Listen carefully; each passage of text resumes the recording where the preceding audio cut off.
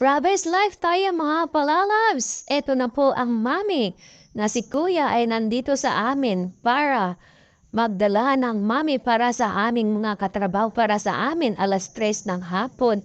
Ayan na nga nagsilabasan na at maghihintay na kami ang aking mga katrabaho. Masaya si kuya habang pinagsisilbihan kami ng mami.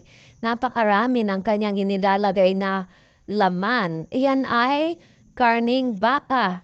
Ayan, 'di ba? Medyo mataba 'yan siya. Pero pag kinain mo naman siya, para siyang mananam. Yung karning baka, madami at saka maraming sabaw din 'yan maglagay si kuya.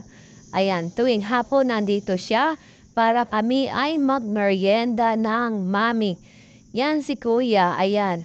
Andito na nga, o kung gusto mong lagyan ng sili, ganyan ang kulay yan, masarap. May sibuyas, daon ng sibuyas, toyo, kung ano yung gusto mong ilagay, garlic, ayan, kain lang po, at saka si Edsel. Ayan, dahil gutom na gutom, ayan, lumabas kami, ayan, sila Nino, sila Jonathan, sila MJ. Ayan, diyan sila Kuya Kart, sila Edsel. Gutom na talaga, kaya nandito na sa labas. Medyo may katagalan nga naman. Dahil lagaan tayo pila, pero talaga namang sulit sa sarap ang kanyang mami. Kung gusto ninyo matikman ang mami ni Kuya, ayan, pumunta lang kayo dito tuwing hapon sa harapan ng aming trabaho. Ayan sila Cardo. Ayan, sana nagustuhan ninyo.